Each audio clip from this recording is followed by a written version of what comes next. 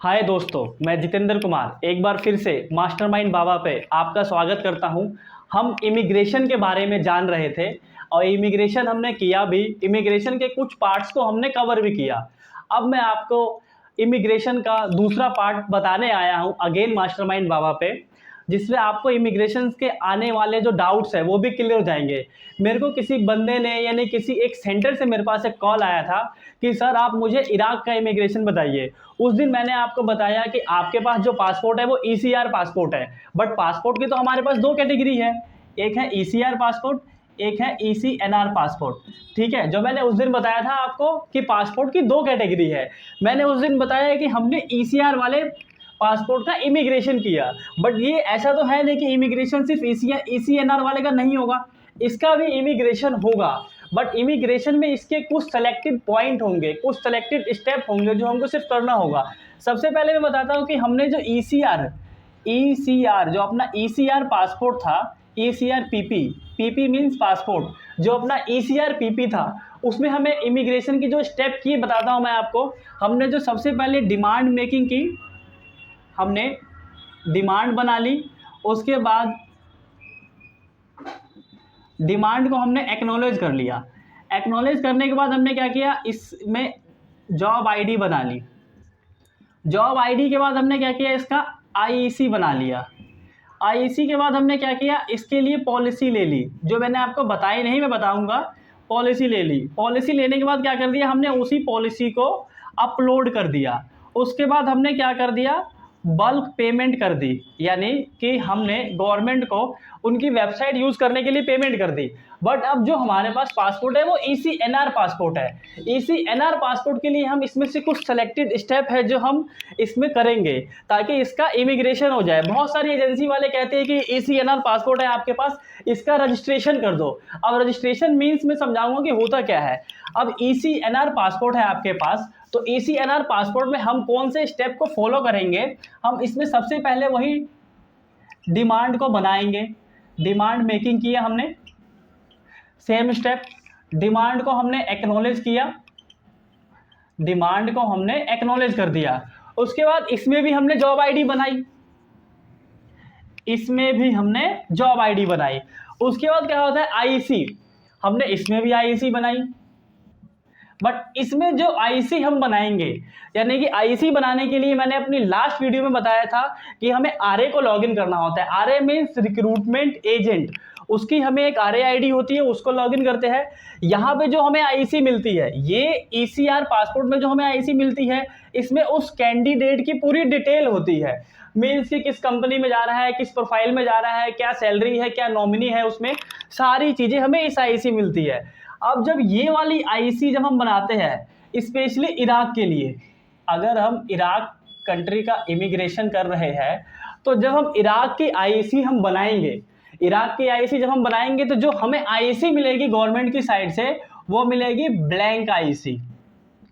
जो हमें मिलेगी ब्लैंक आईसी, यानी कि वो आईसी एक A4 साइज के पेपर तरीके की होगी जिसमें कुछ नहीं लिखा होगा, वो ब्लैंक होगी।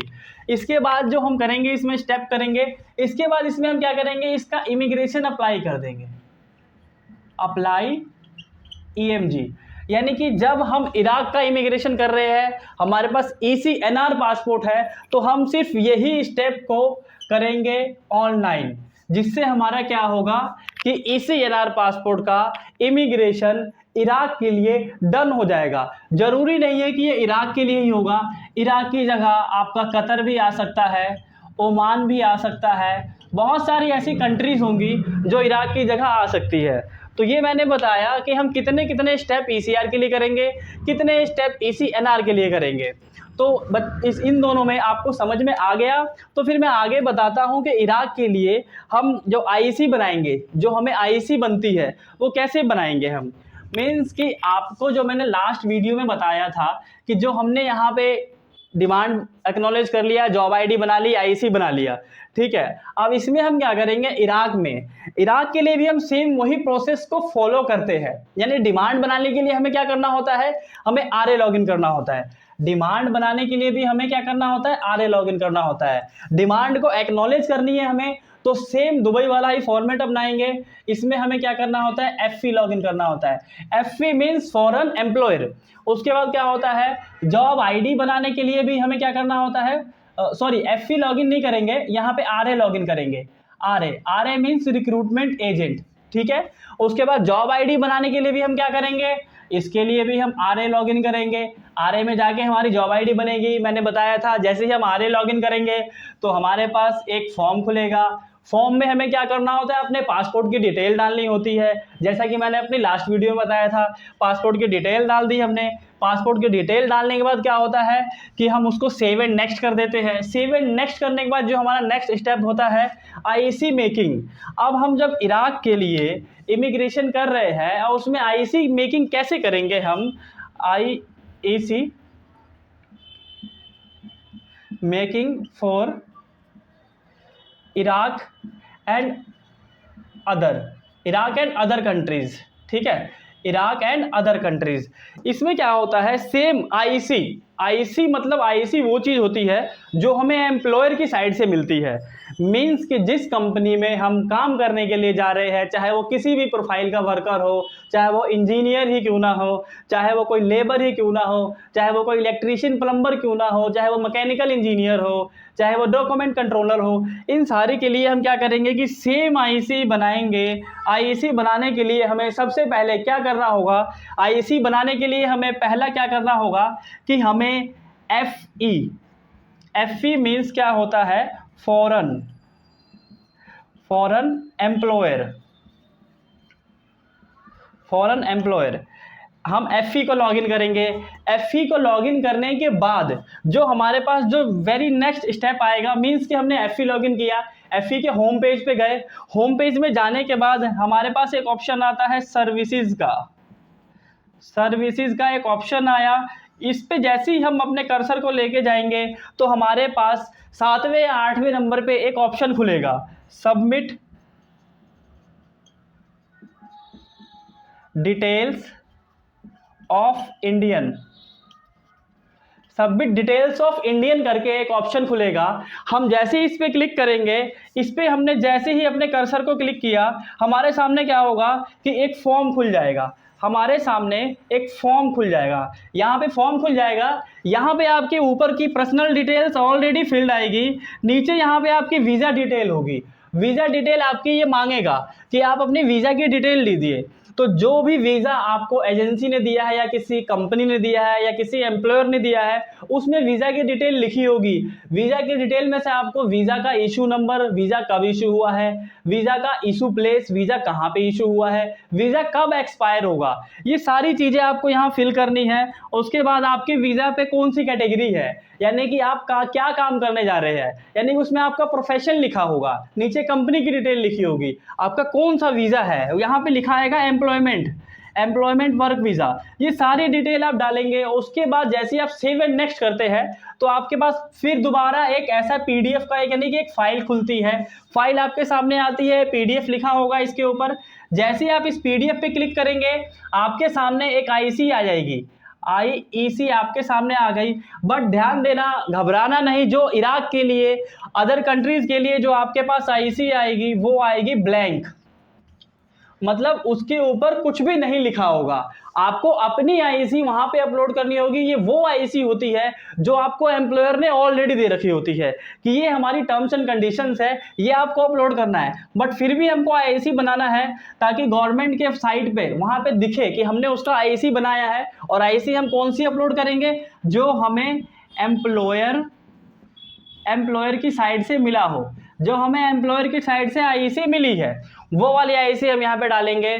आईसी जैसे ही बनती है हमारे पास उसके बाद नेक्स्ट स्टेप आ जाता है अप्लाई फॉर इमिग्रेशन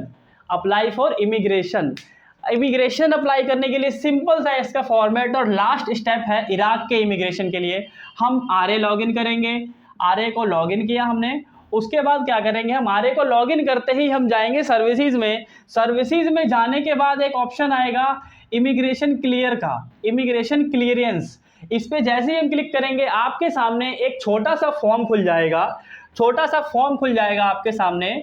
उसमें आपकी जो नॉमिनी की डिटेल होगी उसे ही डालना है। बाकी ऑलरेडी आपकी सारी डिटेल जब आपने जॉब आईडी बनाई थी यहाँ से उसमें फेच कर लेता है, यानी कि आपकी डिटेल को वेबसाइट रीडायरेक्ट कर लेती है उस फॉर्म पे। बस आपको नॉमिनी की डिटेल डालनी है और उस कंपनी का नाम डालना है। यहाँ पे एक ऑप्शन बनाएगा उसी फॉर्म में कि आप किस कंपनी के लिए जा रहे हैं, किस लोकेशन पे जा रहे हैं, वहाँ पे कॉन्टैक्ट पर्सन कौन है इराक में, तो उस कॉन्टैक्ट पर्सन का नाम डालना है जो एम्प्लॉयर है जिसने आपको ये वाली आईसी दी है। एम्प्लॉयर की साइड से जो आईसी आती है उसका नाम डालना है और बस उसके बाद आपको डॉक्यूमेंट्स जो अपलोड करने हैं इराक के लिए सेम ECR पासपोर्ट वाले डॉक्यूमेंट्स अपलोड करने हैं आपको। यहाँ पे आपको क्या करना होता है, वीज़ा चाहिए, ठीक है, आपको उसका पासपोर्ट चाहिए, आपको उसकी फ़ोटो चाहिए JPEG फॉर्मेट में, ठीक है। उसके साथ साथ आपको डिमांड चाहिए, जो डिमांड आपने एक्नॉलेज की है वो वाली डिमांड चाहिए। उसके बाद आपका क्या होता है, एक आधार का ऑप्शन होता है, ये ऑप्शनल होता है, ये आपके पास है तो भी बेटर है, नहीं है तो भी बेटर है। यानी कि ये सारे डॉक्यूमेंट्स आप वहाँ पे अपलोड करते हैं तो दोस्तों आपके सामने आपका इराक का इमिग्रेशन डन हो के आपके सामने आ जाता है। आपको एक फाइनल इमिग्रेशन की रिसिप्ट मिल जाती है। बहुत से लोग उसको सर्टिफिकेट बोलते हैं, बहुत से लोग उसको फाइनल इमिग्रेशन बोलते हैं। आपको जो इमिग्रेशन मिलेगा वो इस बॉक्स में मिलेगा। इसको आपको ओपन करके और इसको सेव करके अपने उस फोल्डर में रखना है।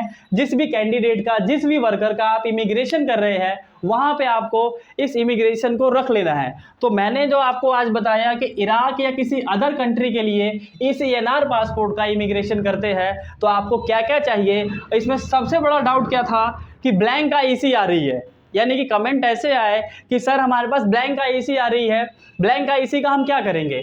तो ब्लैंक IC मिलेगी आपको IC एम्प्लॉयमेंट साइड से, जो एम्प्लॉयर की साइड से जो IC मिलेगी उसको अपलोड करना है। आप ब्लैंक IC को देख के घबराइए नहीं। इसी की तरीके की ऐसी ही आगे की जानकारी को लेके मैं मास्टरमाइंड बाबा चैनल पे आता रहूँगा कि आपको ECNR पासपोर्ट और ECR पासपोर्ट की जो पेंडिंग है वो मैं बताता रहूँगा। आपको अगर ये वीडियो अच्छी लगे तो इसको ज़्यादा से ज़्यादा शेयर करिए, उन एजेंसी में काम करने वाले एम्प्लॉय को शेयर करिए जो इराक जाना चाहते हैं, दुबई जाना चाहते हैं, ऑल ओवर वर्ल्ड में कहीं भी जाना चाहते हैं, तो उनके लिए बहुत लाभदायक है। हमारे इस चैनल को आप लाइक करिए, सब्सक्राइब करिए। ऐसे ही शानदार वीडियो आपके पास मास्टरमाइंड बाबा चैनल के थ्रू मैं लाता रहूँगा और आपका इमिग्रेशन में जो भी डाउट्स है वो मैं क्लियर करता रहूँगा। Thank you.